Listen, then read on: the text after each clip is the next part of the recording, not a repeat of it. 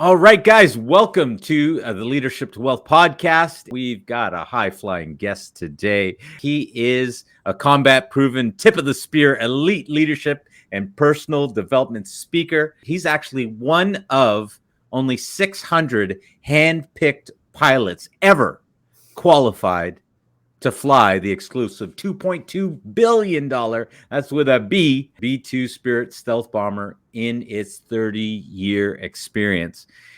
He has uniquely packaged tremendous tools that he's developed from instructing, leading, mentoring the world's most elite aviators to help leaders regardless of industry or profession.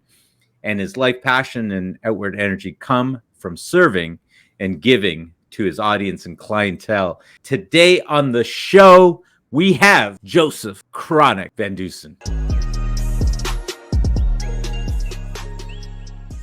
Joseph, how's it going today? Oh, it's going great. Thanks for having me. I'm a big fan of your show, honestly. It's a great message that you're trying to convey, and I'm sure your audience is appreciative of every episode. And that's why, when your folks reached out, I was like, heck yeah, man, let's do this thing, because this is powerful, and that's what we're trying to do, right? Is just make an impact and help others grow. So Yeah, happy to be here.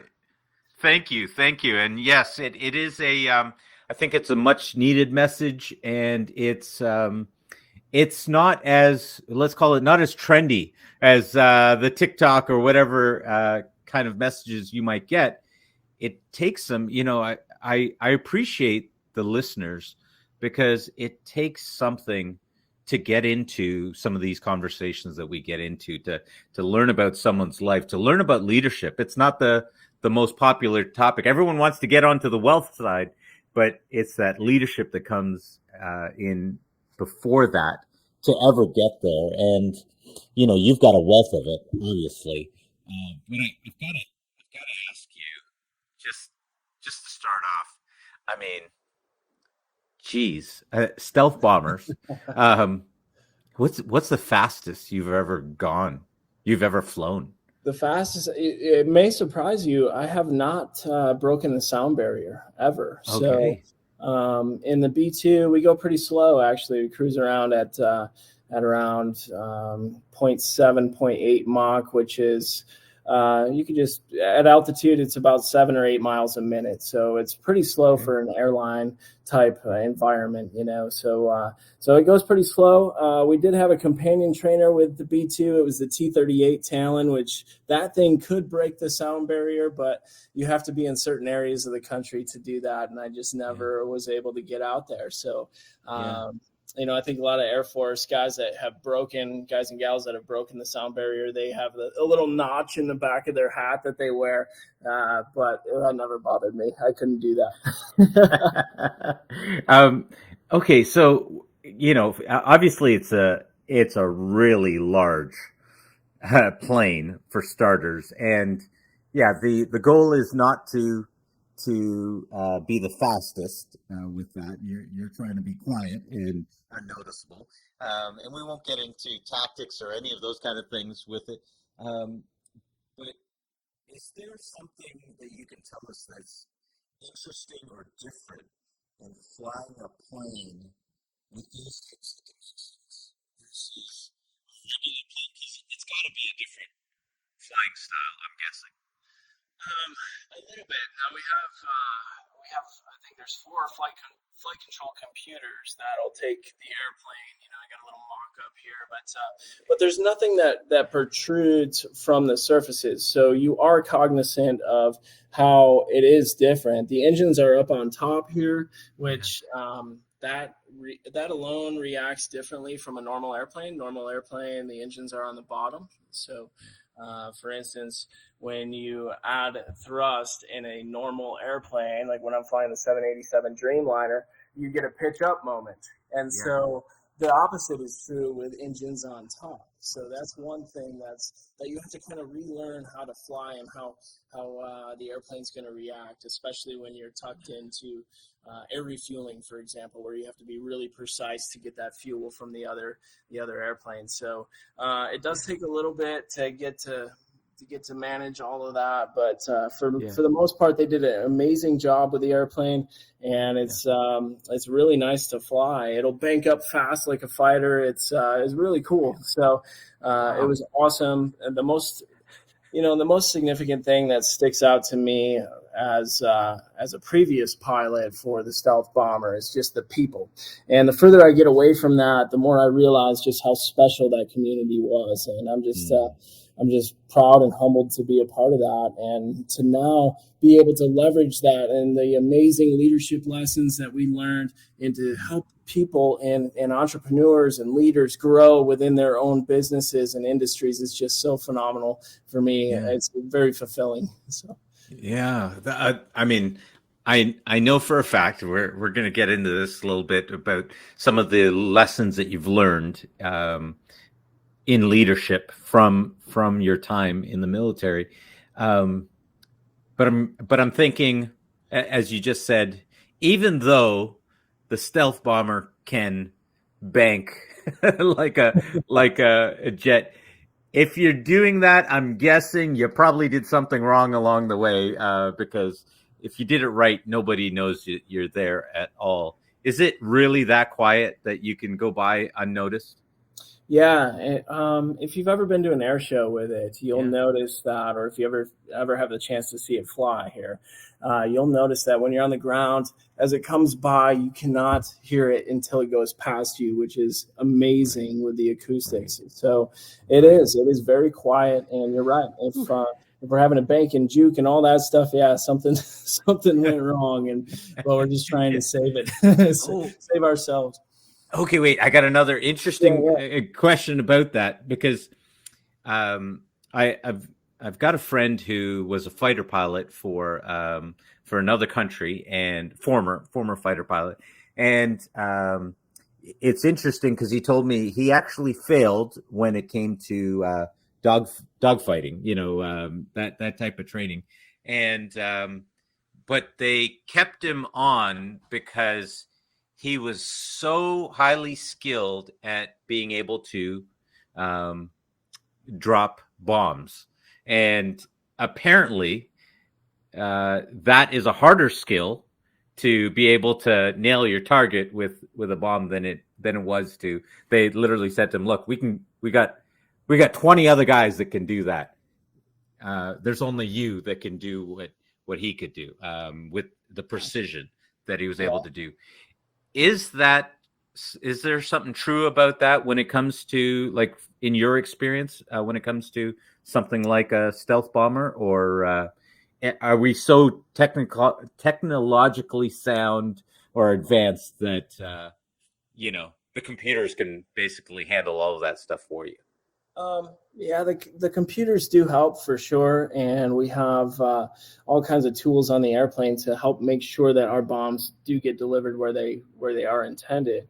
But that skill of being able to put a bomb where you need to, even if, for example, if the GPS failed, or if you're kind of back to dropping dumb bombs, and we would practice this all the time, you need to be able to have those skills and put the bombs where they need to be. So there is something to that. Now, I've never flown fighters, so I don't know about the air combat stuff.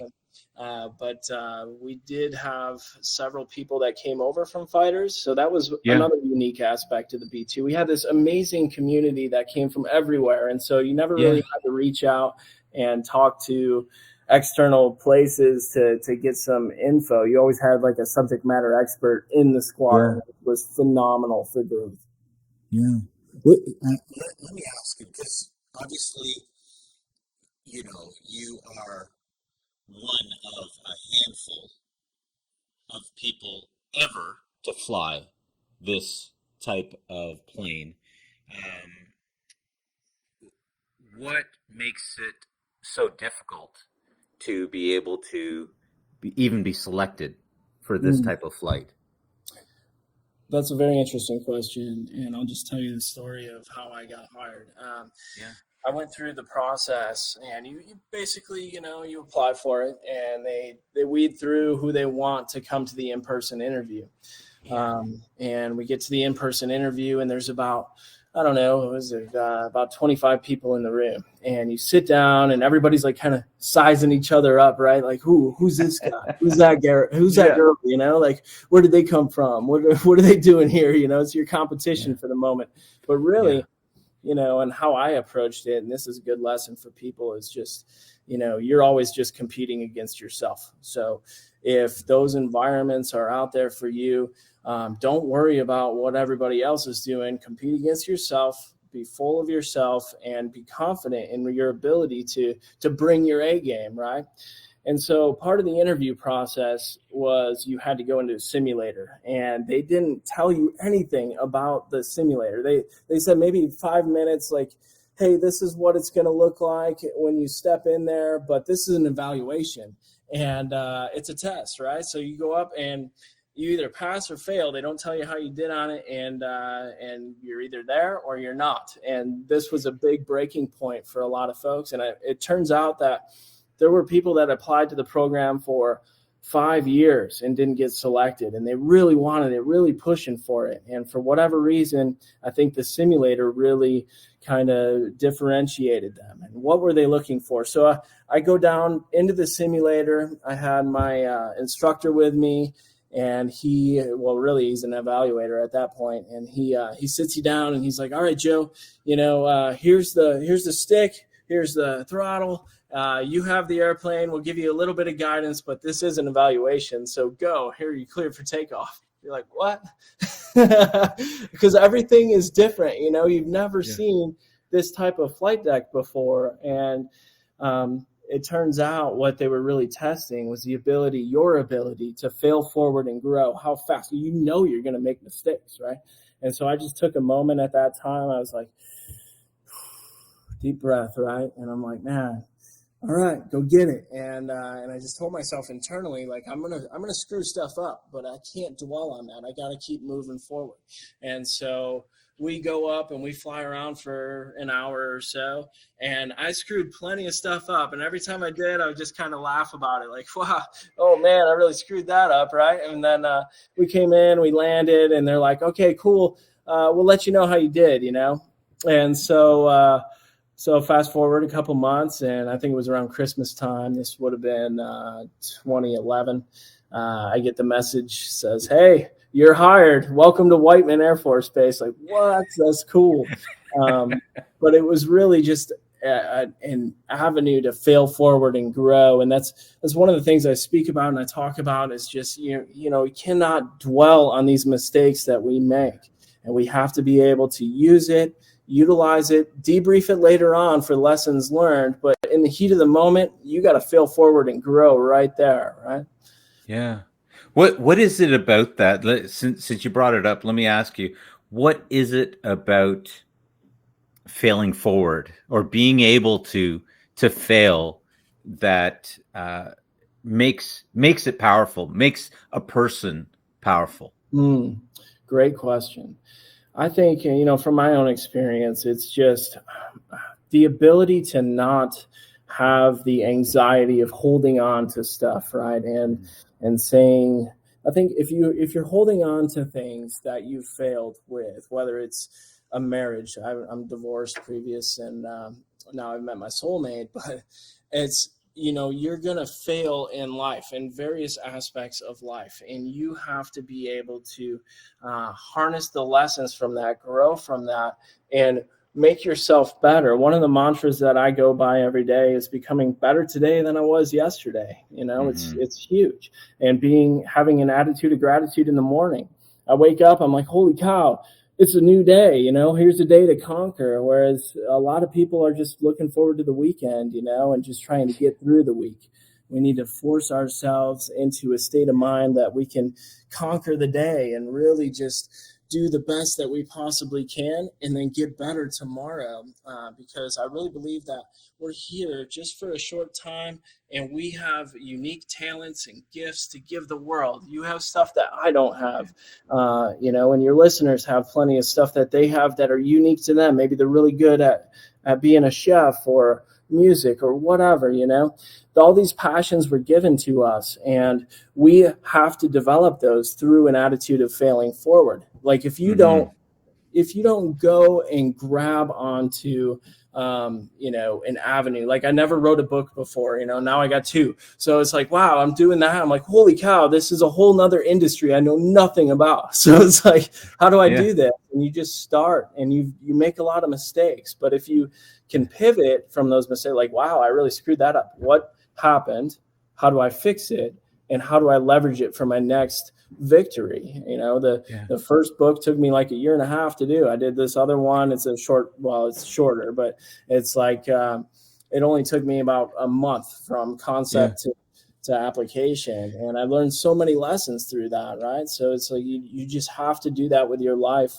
It doesn't matter if you're flying, if you're, like I said, if you're a chef, or if you're do the best that you can today, learn from your mistakes, and then use that to leverage tomorrow.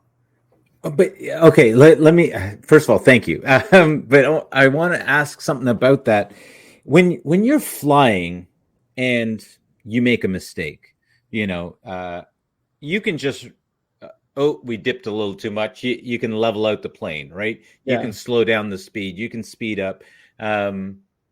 If you're gonna overshoot the runway, you can pull her back up, come back around. In the moment, you're going to make those corrections. But when it comes to life, this is a very interesting one, and maybe you can say something about this. In life, people have a lot of baggage of their failures. Yeah.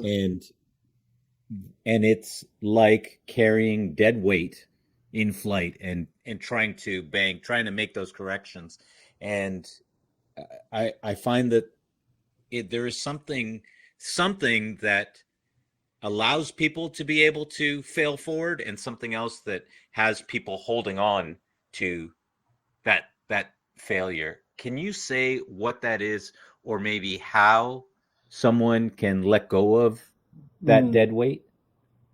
Yeah, I think the best way for me to do that is just to talk about like when I went through my divorce and I was really destroyed. So back in 2016, I went through my divorce, and up until that point, I was really focused on my career progression, and so much so, and maybe you can talk about this too, because the military is so regimented on the next step, right?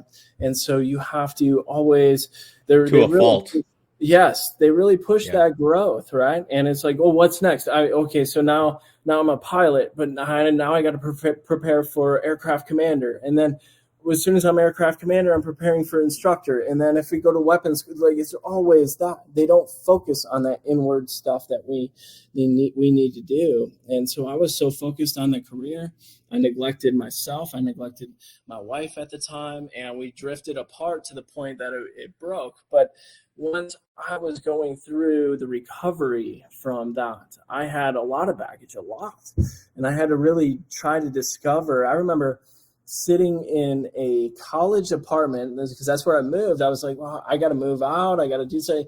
I got one bedroom of this 4-bedroom place. And it was about this time, actually. It was like May-ish, because in the fall, I was going to have 3 other college roommates. And I was sitting there at like 33, 34 years old. And I'm like, holy cow, how? And I had nothing. I absolutely blew up my life, and I had nothing. And I'm like, I brought a TV with me and a beanbag chair and my guitar. And I'm like, what the heck is going on right now? And I remember being really low and having the days just tick by so slowly. And I was like, man, I need to. What does being really low mean? Yeah. So I never had thoughts of suicide, but it wasn't that far away. I still believed in the power of life, but my flying was taken away from me at that time, because I had all these security clearances, and all of that was gone for the time being. And luckily, I had the best leader that I ever served under at that time. He was like, Joe, take the time that you need to recover and get better, and just meet with me once a week and let me know your progress. And so I was given the time to heal and to figure myself out. And that's the biggest thing. I had to dig into myself, and I had no idea how to do that. I had all this baggage, I wasn't even in touch with my emotions. It was incredible. I started going to counseling because I had no other avenue. I'm like, I don't know how to deal with this. And my counselor, he heard my story and he's like, man, that's incredible. He goes, your professional self-esteem is pretty high, could be higher given what you do, but your personal self-esteem is absolutely in the toilet. And so can I just jump in and say something there real quick? Absolutely. So, guys, if you're listening, one of the things to understand about the military is that they have their own careers, but with family, there are vulnerabilities there as far as the military goes. And so, as Joe's talking about, having to step aside, it's because, if you've ever seen some of those spy movies and you see how they go after someone's family, you can only imagine he's going through this difficult time and he's potentially a risk because of the stuff that's going on with his family, whether some foreign entity decides to try to exploit that, go after his family, and to get to him. And for those reasons, they have to ground him, I believe is the term. And so on top of going through what you're going through, you have what you love doing and are good at has also been taken away from you. And so here you are, you find yourself in this place, talking with a counselor. Sorry, I just wanted to kick that in so people had some background to understand what's going on there. Yeah, exactly. No, thank you for that clarification, because I mean, my passions at the time were all taken away from me. And I'm like, dude, I need to get to know me. And my counselor, we walked through. Yeah, because you don't have the family right now. That's taken away from you. Right. That's that side of you. You don't have the flying, which is that side of you. So what's left in your day that is your identity? Yeah. And I would sit there with a guitar and I would strumming the guitar, and I'm like, man, I don't know what to do. I don't know the next step. I don't know the first step. But the first step for me at that point was just realizing that I needed to come up with a mission for myself, which was, and my son at the time, he was 3 years old. And so I'm like, I need to become the best father that I can be. And I didn't even care about myself or anything else. That was my mission that I set forth to kind of start to climb out of that dead place. And so I did. I started going to counseling, and we started to work on that. So I was at that place, Neil, that I didn't even know what happy or sad was. I mean, that's where I was. I was like having to look at myself in the mirror and be like, smile. Is that happy? Like it's so weird to have to something like you're smiling in the mirror and you're like, am I being fake? Yeah, exactly. Like, how do I find my authentic self, right? And who is this person that is looking back at me? Because I don't recognize you right now. And that's and that's something, maybe most of us hit at some point in our life. But you have to realize that you don't recognize that person. And that's what I talk about too, is like, man, you need to get to know that person looking back at you. And it's a daily thing, because you change and evolve. And if you don't take that time to get to know yourself, whether it's through meditation in the morning, going to the gym, whatever, just go for a walk and just take a pause and breathe in the fresh air and say, man, I'm grateful for this day. And I'm grateful for me and who I am and who I'm becoming. Those are things that I had no clue about at the time, but that's where I, over the process, I've built myself into that person that is humble and grateful. But Joe, what gave you the strength to be able to look in the mirror and do that evaluation? Like, what gave you the strength to be able to look there and And even there are a lot of people who will look in the mirror, they'll see the fake smile, and whatever, just take it and move on.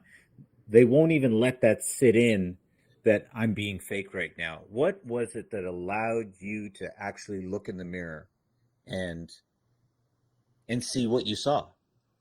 I think I looked at the state of my life at that time.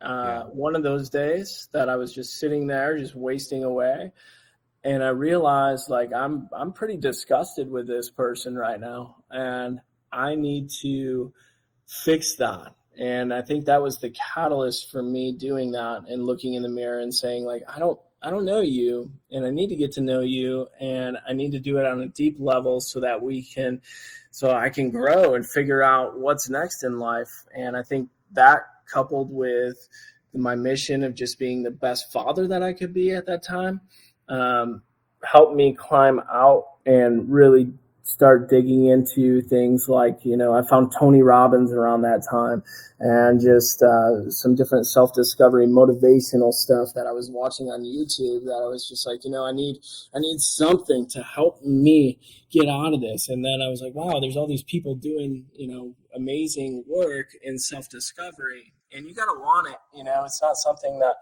that just comes to pass. I mean, if you're out partying and doing stuff and just living for the moment and not working on yourself every day, I mean, that's another avenue, right? It's just you have to want to improve, and if you are content with life, then you don't want to improve. You're not going to have that catalyst to go and become better, right? And so it's it's tough. We're inundated by all this stuff. All this stuff is pulling us, especially here in Vegas too. It's just like, man, there's so many opportunities to just go do, and then you can just sit there and watch Netflix at night too, and just well, look, I'm actually gonna totally disagree with you on the part where it's tough. And this is, I'm asking the question because I think it's important for people to see and hear that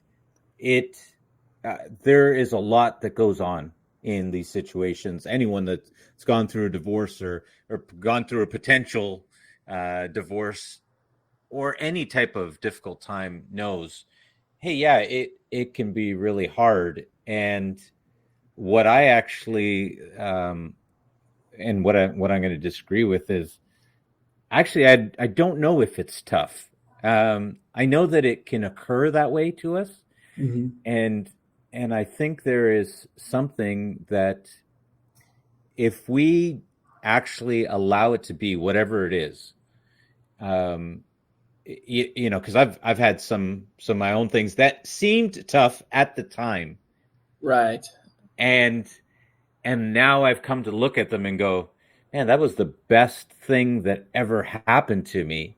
And what I thought was tough actually gave me sort of a resilience, sort of gave me a power, like a superpower, to be able to go forward. And I think, I don't know, you can say, well, you shoot me down here. You're the one that flies, or used to fly. For me, I really think there's something about being able to look at whatever it is, take it as the failure, not attach yourself to the pain, and instead allow yourself to move through it and look towards what you were talking about.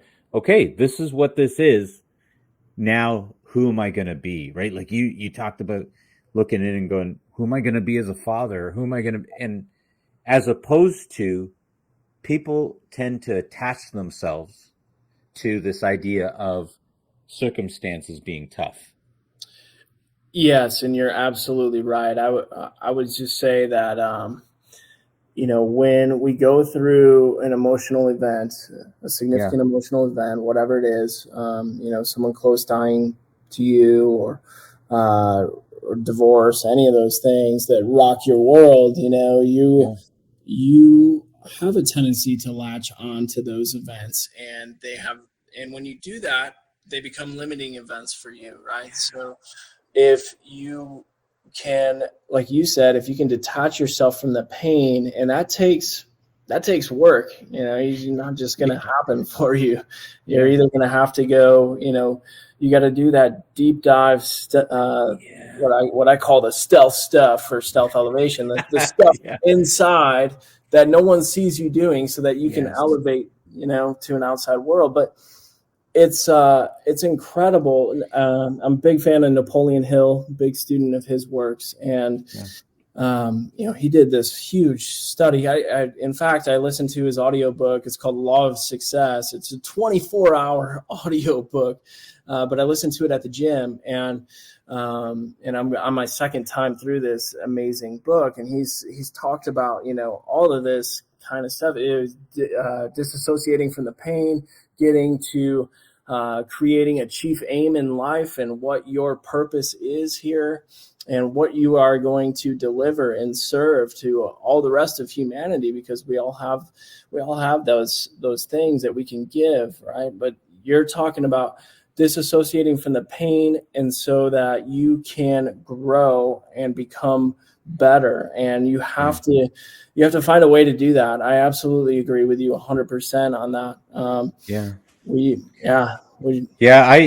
For me, what I saw there was, I took on, okay, hey, I'm a butthead.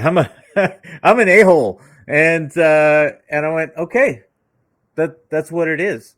And it was surprisingly the most freeing feeling ever to just take that on. That great. Now I don't have to pretend anymore like I'm something special. Like I'm, Yes. all of that. No, I think that's Wow. huge. I've completely screwed up over here. Yeah. And now what is there for me to do? That's what it became. Rather than being attached to the how much it hurts and all that kind of stuff, because you still carry that every time you're in an interaction. When I'm in an interaction with the kids, with my wife, with work, there's always that. And for me, I don't know, this is something interesting. Guys, if you're listening, you've probably heard me say stuff like this before. But for me, I'm literally like, okay, why should I be surprised that I messed up again? I'm a human being. Yeah. This is what we do. And on top of that, I'm a Christian, which is literally a proclaimed sinner. You're like declaring it. It's like, okay, well, I'm not sure why I would think that I'm something else different. It's not like I'm Jesus. So, being able to look at it and change that mindset and go, all right, I messed up. Now what am I going to do about it? That's nothing out of the norm. Yeah. Now what am I going to do? And I found the more comfortable I've gotten with the fact that I'm going to make mistakes, the faster I'm able to move to correcting those things, doing whatever I can, if I can, to correct those things and move forward. Absolutely. No, yeah, you have to accept what you've done in the past and how you're screwing up even today. It's like I agree with that 100%. You have to channel that and be like, okay, yeah, I am human. I am going to screw up, but how? And I think that's just that continual improvement process, right? How can I be better today? Better? How can I, utilize being better today than I was yesterday, and better tomorrow than I was today? Like, I'm still going to make mistakes. I make mistakes all the time. You do too. We do. It's like, man, and I think you're right. You're onto something there when you just channel that and you disassociate, like, yeah, well, I did screw that up again, or how can I now you got to get into the debrief part of that and be like, wow, I've done that like 3 times. So how do I avoid that? The faster you accept that you messed up, whatever you messed up, the faster you can take responsibility for it and own the outcome, right? Like what comes next? What am I going to do next? Right. And, I was talking to one of my team members. They messed up on something and they they didn't tell me until the next day. And they, they were really ashamed. They told me, and I started laughing. I was like, okay, is that it? Yeah. I was like, all right, can you fix it? Yeah, I think so. Okay, great. So wonderful. Glad. I was like, what, are you perfect? No? Okay. We're going to make mistakes. If you're going to try to do anything great, you're going to make mistakes at it. And then I said, now let's deal with the real issue. Next time something comes up, you need to let me know right away. Yes. You can't hold on to this for a day, because if there are repercussions and I start getting phone calls and I don't even know this has happened, then I can't do anything to, Right. especially as a leader. Anyone that's a leader knows you got to be the shield. You got to be the one out front. And so you got to know, you got to know what the vulnerability is. So, and what I'm hearing from what you're sharing is you took that stock, you looked in the mirror, and then you said, all right, what do I need to do? And you've created these routines for yourself of gratitude, of meditation, right? Of journaling. I got to ask this question because I'm not much of a journaler. I've always, guys, forgive me for saying it, but I'm just going to say it. I've always looked at it as more of a thing for chicks. But tell me, when I saw, I'm like, here's a military dude who's flown stealth bombers, and he journals. Yeah. You got to say something about that. I love journaling. I think it's tapping into your subconscious mind. I'm doing a lot of work on this lately, I would say, is working on molding my subconscious to be also in tune with my conscious mind. Your subconscious is constantly working in the background, and you don't even think about things. You don't have to think about your heart beating, right? Or looking and seeing stuff. It just happens. So if you can channel that, and it's kind of the mantra behind vision boards and all this stuff, when you have these big goals that you're going after.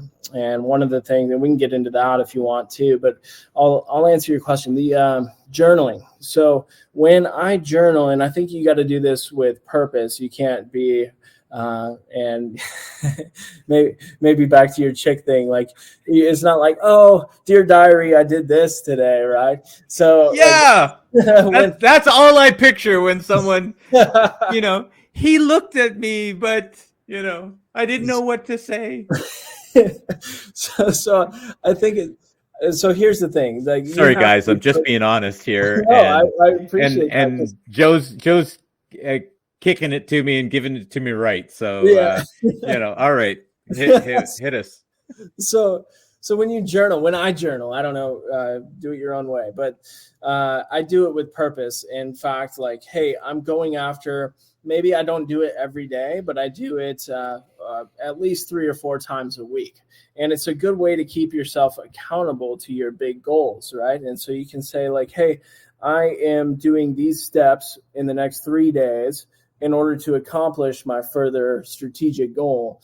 And let's see if I can actually do that, right? And then 3 days later, I go back and I'm like, oh yeah, I did that. I didn't do that. Why not? Because that would have been good. And let me pivot that into my next set of little mini goals so that I can get to my big goal, right? So I use journaling mainly as a goal setting and accountability purpose, I guess. I don't do like daily, I did this today or whatever. Sometimes if there's significant wins in there or significant things that I want to accomplish in the next week or 2 or month or year or whatever, I will write it down, because the power of writing that down is, there's just something to it with our brains. We haven't really figured it out with science yet, but it's kind of like the power of prayer in your terms. So it's like, if you can write that down. And whether you journal or write a book or whatever, and that's actually how I started doing this journaling thing. I was writing my book, and it was just a journal. I was like, okay, I'm going to write about this. I'm going to write about this. Now all of a sudden I got 60 pages in the journal, and I'm like, ooh, I can divide that up into chapters. And so my writing style just kind of happened out of nowhere. But I started to learn the value of journaling and putting things on paper. And I'm not talking, there's something too with writing it as opposed to typing it right into a Word document or whatever. But there's something with the physical act of your brain doing the motions to create the letters and the thoughts coming out of your head. And it also helps you to take a minute and channelize what's going on in your life. So it's a good break, and it's also a good way to get to know yourself. So if I'm struggling with something, I will write it in there. I'll be like, man, I really struggled with this today, this habit, whatever, maybe I had an extra glass of wine, and I'm like, yeah, I don't know, man, that's probably not a good idea. So, that's how I use journaling, and it's a good way to keep yourself accountable, on track. And then you do have to go back at like the end of the month or whatever and look and debrief it and be like, okay, what was the purpose of writing all this down? Because I don't want this to be a diary. So it has to have functionality for me in the future and going forward, whether it's business goals or anything that I'm going after. Maybe it's a contact that I wanted to make, and networking, a conference that I wanted to go to and figure out how to go to. And I'm like, oh, I don't really have the capital for that right now. But if I write it down, it's weird because your subconscious will just kind of figure out how to make that happen. And, we tap into the power of the universe and all this other stuff. But getting your subconscious on board with your conscious thoughts is absolutely critical. And that's kind of the next step and in my personal evolution. And maybe hopefully that'll help some of your listeners. I'll tell you something funny. I know I said all that stuff. The truth is, I just found out last week. Last week, I found out that I actually journal. I just didn't know I was journaling. I didn't record it. I don't record it. What I realized was I have whiteboards. I've got a couple of whiteboards, and what I do is I write out everything on the I'm in real estate, all the deals that I'm working on, the things that are here but then I put on that board everything that's in my brain. I just put it out there, including oh, you're gonna mess this up, and I literally write, you're gonna mess this up. I'm tired. Whatever. I put it all on that board until everything that's in here that's causing the headache in the first place is on that board. And now, what I just realized last week, after finding out that I actually do journal, is I was like, oh, I could actually just take a picture of that and organize it, keep it, and be able to have a track of it. And just the act of taking everything that was in here and putting it out there, it allowed me to then, this is what I do as a practice, is I put it on the board and then I look at the things. Okay, what do I actually want to focus on? And the things that are bothering me, they can stay on the board. And I'm going to go work on whatever these things are that I actually want to work on. It's almost like that's like a backup drive. So I don't need to worry about that right now. I can go back and worry about it later. Let me go deal with this right now. And it was a weird habit that I picked up some years ago. I just never really realized that it was journaling. See, so it is, though, yes. But I like what you're saying from the standpoint of being able to go back at the end of the month and look at it and see what lessons can be learned from the items that you put on there. And the act of physically writing it down rather than typing, I agree, because I'm very visual, so I like drawing it out on there, including putting circles and all this kind of stuff. Yeah, absolutely. I like being able to see it. So it's interesting that you can go back and sort of take some learning from from your past 30 days? Well, it is absolutely essential to develop that skill, because you need to realize where you, because especially as entrepreneurs, right? We're like constantly. One of my good friends had a great metaphor for an entrepreneur. Like he's like, man, you're like this guy walking in the desert, right, with a lantern, and you don't know which way to go. There's no path, right? So you just kind of creating your own path as you go. But that makes it even more incredibly important to go back and look at where you were 30 days ago and what kind of mindset that you were in during that time and where you're at now, because it's totally changed.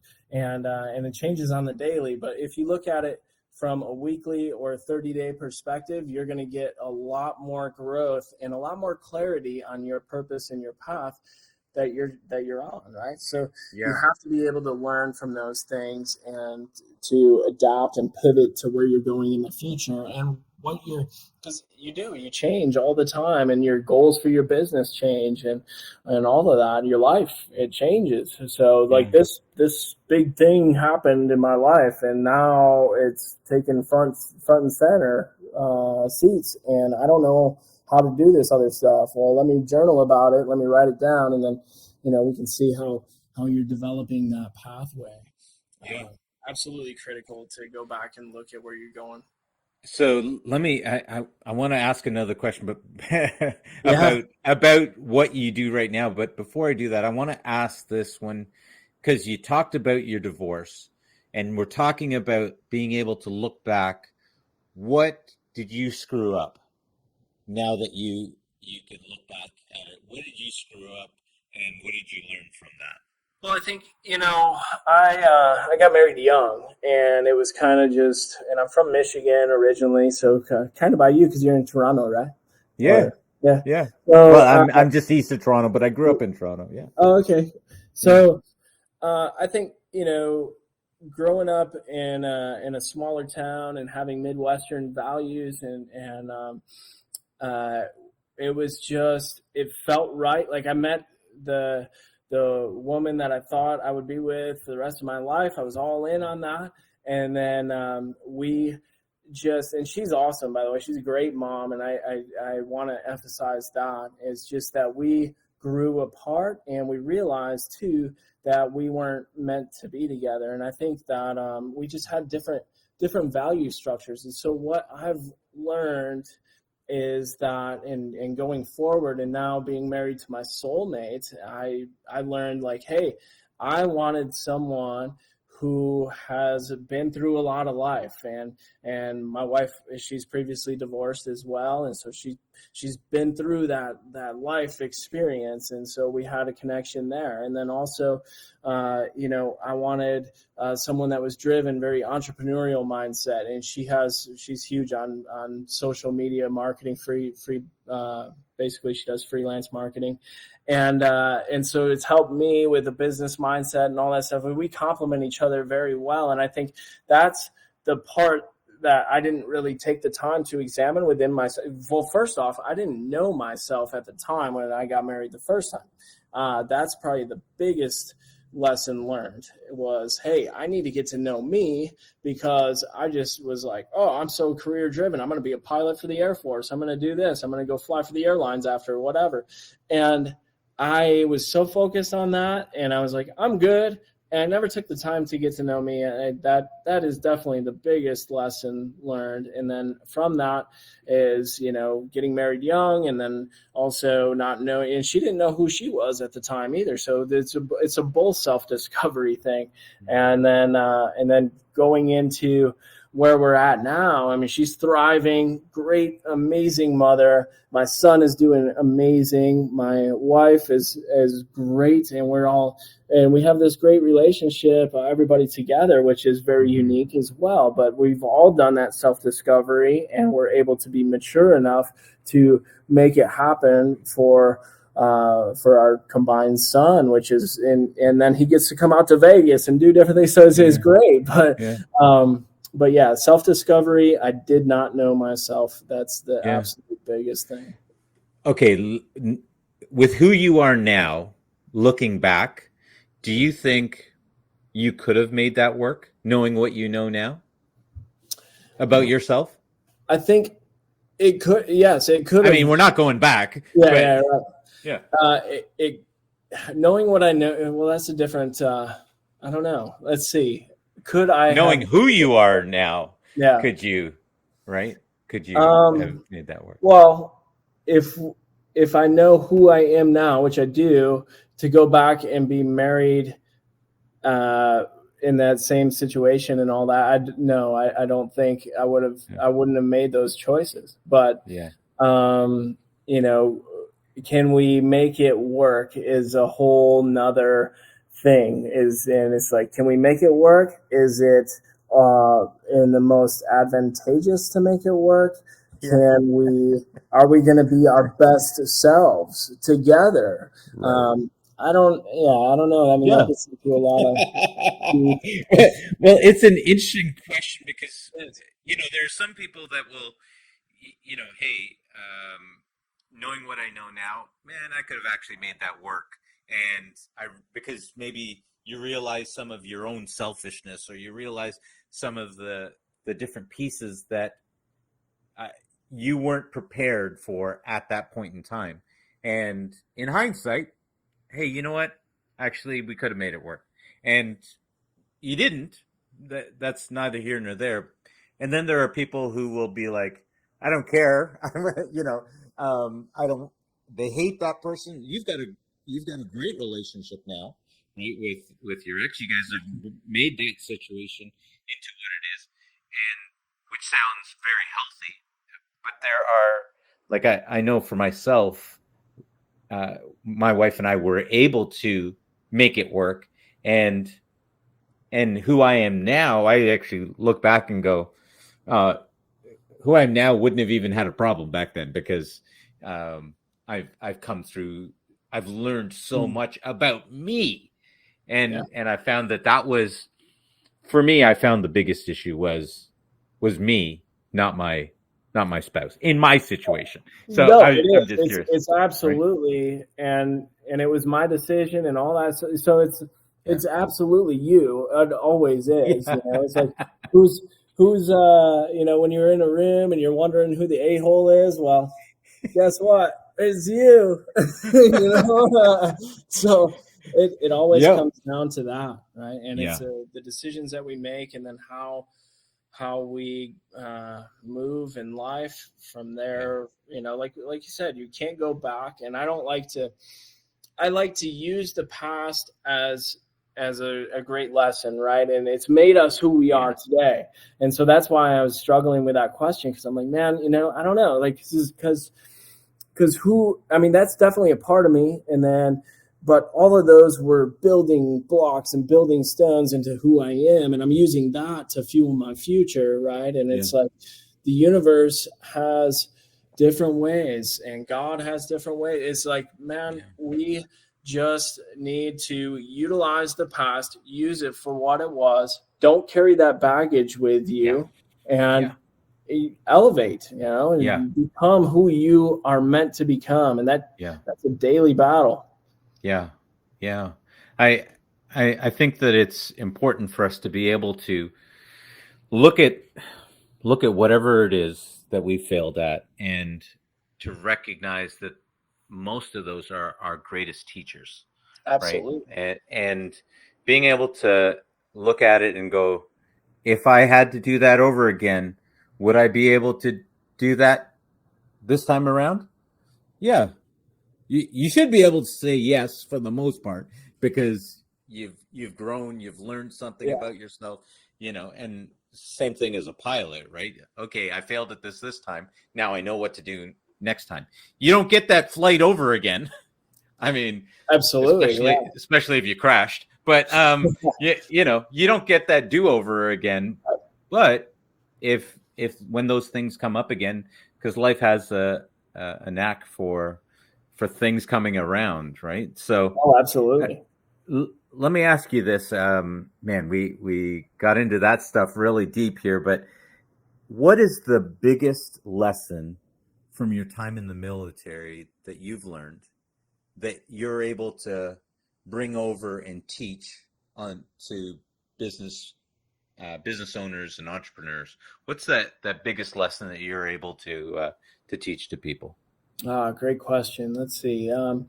There's so many, but I will say that just having, in fact, it's the title of my new book is called How to Elevate Your Life and Leadership, right? But the subtitle is the target backwards approach, and that is the number one mindset shift that you need to make. Is the target backwards approach. Okay, tell us a little bit about it. All right. It's so in the B2 we would have these meetings, right? And they would say, okay, educational type meetings with like the CIA, NSA, NRO, whatever it was. And I remember one of these particular meetings, they say, hey, we think, so here's this target complex, and we think that this weapon that you guys carry is perfect for this target, right? And everybody, you look around the room, every B2 pilot, their eyes would roll to that and be like, wow, man, this guy really has no clue on how we do business. And this is how you need to function in your life too. You need to work from the target backwards. And that's what we told that guy. We would say, hey, look, I understand this is the target. So now in the stealth bomber, we work from the target backwards. And we do not work from the present forwards or from a weapon forward or anything like that. And too often we get caught up in working from the present forward. We'll set New Year's resolutions and say, hey, look, I want to lose 25 pounds. Okay, cool. And then you start going into it, right? And you're like, oh, I go to the gym for a few days. 1, 2, 3, I'm doing good. Oh, now, I got sick from being out too late on New Year's. And so now that throws me off, right? And so I sit there and I'm like, wow, I got to recover. And so I take a couple days break from the gym. Oh, finally, I'm feeling better. I go back at it. I'm eating better. I'm doing stuff. And then all of a sudden, some wrench comes up in the road that throws us off. You get a big project with work or whatever it is. And you're like, okay, I got to focus on that. And then the gym goes away. And all of a sudden, you're not doing any of it anymore. You've given up on your New Year's resolution because you work from the present forward instead of having a target backwards approach. And what I mean by that is you need to be very specific with that. Dr. Doran came up with, and you probably remember this, SMART goals in 1981, right? Specific, measurable, attainable, realistic, and timely. And that's how we would function in the B2 land. We would come up with these SMART goals for our objective. The commander's intent would be something like, hey, look, we want you to deny, degrade, disrupt country X and their ability to fight war. And they're like, go, and you got to solve this impossible problem. And we would do it all the time, but we would do it in a way that functioned with SMART goals. Now, what I've developed at Stealth Elevation is I realized that the two in the middle, attainable and realistic, they are very hard to define, and they're not really useful for your life goals or your business goals because they're limiting. Is that attainable for us? In some cases, that it's a very helpful thing, like if you're at a big corporation. But if you're doing an entrepreneurial thing with or a life goal type situation, you want to just take those out because you don't want to limit yourself. Go for the home run, right? So be specific, measurable, and timely. That's the three things that I can impart to you today. That the biggest thing is working from the target backwards and doing so in a specific, measurable, and timely way. And that's what I teach. That's like the biggest mindset shift is just having that target in mind. Because now, if something throws you off, like your ad campaign stumbled, whatever, you get this big cost hit to this part of the company, and now you got to focus on that when your revenue goal was like $23 million for 2023. That's specific, measurable, timely. So if I'm going after that and now I got this wrench in the road that came up and I got to focus on this, well, hey, I can go attack that, but I always have my target in mind. So guess what? I can correct back to that and go get my target.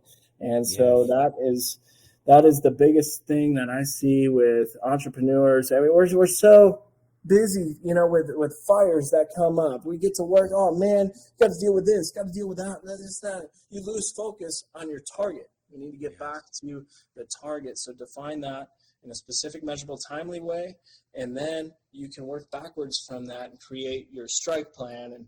And I teach people how to do all that and stuff. But that's the biggest thing to answer your question. It's just that target backwards mindset that'll set you up for success.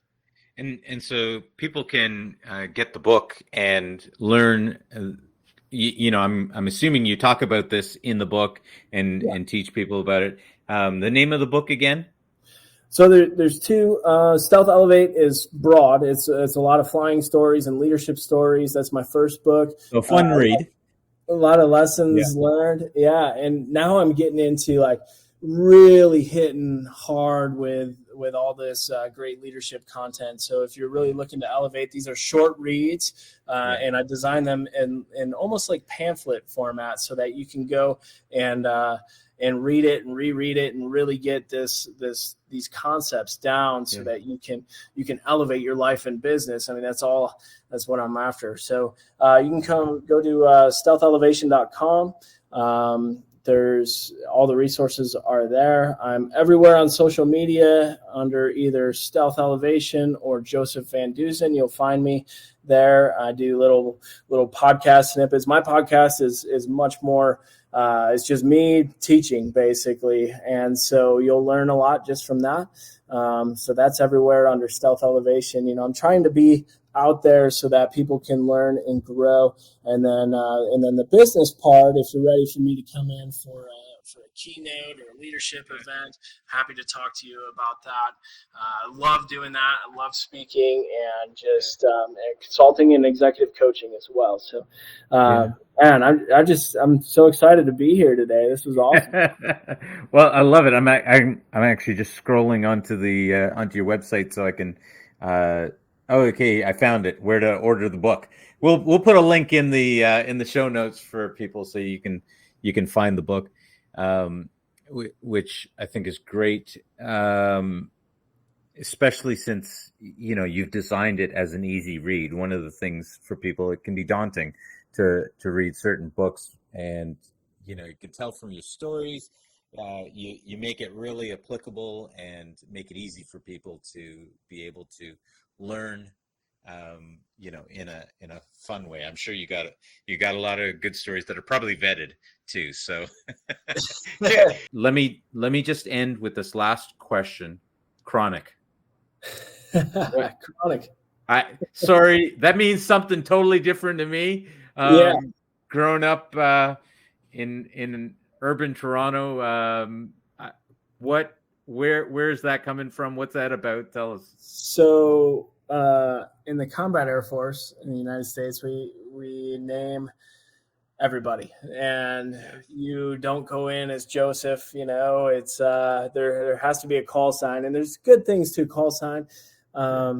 Mine is Chronic, but I'll get to that just in a second. But the call sign aspect is something that businesses should really think about too. I've floated it by a few leaders, and they're intrigued because what it does is it eliminates the rank structure, and that was awesome for the Air Force, right? And so if you're the CEO and you want to know what's going on the lowest level, well, there's undercover boss, I guess, but it's really cool to have maybe like a call sign type environment where it makes everybody equal, and so like I would go fly with the general, and it wouldn't be me flying with the general, it would be Chronic and whoever that was, it'd be our call signs. So anyway, the Chronic call sign comes from, and I was named by my peers, and they do this whole ceremony. Just to keep it short, we'll say that I'm sitting there and they say, okay, your name is Chronic. And I'm like, what is that? And they say, oh, you bring your A game every day and you don't really screw much up, but you walk around like you're smoking weed all day. And and that's where that comes from. And then, you're too mellow. Yeah, they're like, man, you just like chill, dude. Like you're a surfer dude, whatever. And I'm like, cool, man, Chronic. And so then they struck up in a song, right? It's like, here's to Chronic, here's to Chronic. I'm like, I guess I'm Chronic. All right, cool. So more to that story, but that's the short end of it. So yeah, but in fact, I've never tried any of that stuff. So I'm like, well, okay, well, I guess I don't know how it would be on weed, but All right. Well, that's the official note. So Joseph, thank you so much for being on the show, for sharing some of your wisdom with us, and definitely sharing about life and some of the challenges that you've been through. We'll put your contacts in the show notes, guys. If you want to get his book, please hit the link. And if you want to learn more about Joseph and his speaking and being able to come in, please check him out on his website again, which is Stealth Elevation. Yes, Stealth stealthelevation.com, right? Elevation. You can find all. Yes, yep. Perfect. .com. There you go. And so Joseph, thank you so much for coming on the show today. Hey, thanks for having me. It's been a pleasure. It's been a great conversation, and hopefully, there's been some really great stuff for the folks that are listening. Yeah, love it. Well, all right, guys, that is a wrap. We'll see you next time on Leadership to Wealth. Take care.